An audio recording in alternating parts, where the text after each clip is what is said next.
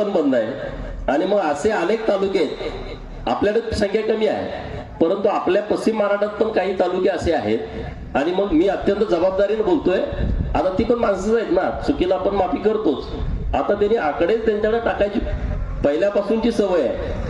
आणि आता तुम्ही केबल टाकल्याच्या नंतर आकडे टाकण्याचं मी समर्थन करत नाही, पण आता त्यांना आपण कनेक्शन कशी देणार? कारण घराचं पण कनेक्शन त्यांचं आकड्यावरच आहे, शेताचं कनेक्शन पण त्यांचं आकड्यावरच आहे. आणि मग आता एक मोठा प्रश्न महाराष्ट्राच्या समोर येणार आहे. अनेक तालुक्यातली ही परिस्थिती आहे. त्यामुळे ही बाब माझ्या निदर्शनास आल्यामुळे आता काय सोल्युशन काढायचं, यदादी साहेब तुम्ही सांगा मला. तशा पद्धतीची मागणी माननीय मुख्यमंत्री महोदयांच्याकडे करतो. आता चुकले तर काय त्याला पर्याय नाही, परंतु आता त्यांना काहीतरी, कारण ते दारात आमच्याच येऊन बसणार आहेत, आता करायचं काय? तर त्याचं सोल्युशन सुद्धा आपल्या खात्यानं देण्याची आवश्यकता आहे. कारण वीज चोरीचं प्रमाण खूप आहे. आपण जरी काही जरी नाही म्हटलो, काय काय तालुके 100% वीजेचे पैसे भरतात आणि काय काय ठिकाणी वीज चोरीचं प्रमाण मोठ्या प्रमाणात आहे. आणि हे काय नाकारण्यासारखी बाबच नाही. आणि त्यामुळं असंख्य असे तालुके आहेत की तिथं तशा पद्धतीनं पूर्वीपासूनची सवय आहे. आणि त्यामुळं त्या लोकांचं काय करायचं?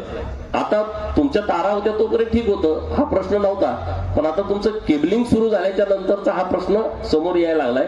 तर त्याच्याबद्दलचं पण आता MSEBीनं काय करायचं याचं सुद्धा धोरण ठरवण्याची आवश्यकता आहे. आणि तशा पद्धतीची मागणी मी सरकारकडे करणार आहे. आणि ती संख्या मोठ्या प्रमाणात आहे. नाही ह्याचं काय आम्ही समर्थन करत नाही, पण आता त्यांना पर्याय काय तर द्यावाच लागेल. आणि त्या पद्धतीचं पण नियोजन आपल्या खात्याच्या माध्यमातून करावं लागेल. आज आपल्या तालुक्यामध्ये 3 उपकेंद्राचं उद्घाटन झालंय. नीताताईंचा फोन आला की असं उद्घाटन आटपाडी तालुक्यामध्ये आहे. आणि मग मी शेवटी कार्यकर्ता म्हणून आलोय, मी काही इथला आमदार नाही, मी काही प्रोटोकॉल मध्ये बसत नाही, परंतु मी तालुक्याचा एक नागरिक असल्या कारणानं माझी जबाबदारी आहे की माझ्या तालुक्यामध्ये जर इतक्या मोठ्या संख्येनं या खात्याच्या माध्यमातून सुविधा निर्माण झाल्या असतील आणि मला निमंत्रण असेल तर मी त्या कार्यक्रमाला यायला पाहिजे. या हिशोबाने मी या कार्यक्रमाला आलोय. तुम्ही पण मोठ्या संख्येने इथं उपस्थित राहिला. मी परत एकदा आपल्या खात्याचं मनापासून आभार व्यक्त करतो. आणखी नवीन नवीन काही प्रयोग करता येतील ते प्रयोग तुम्ही या तालुक्यामध्ये करावेत.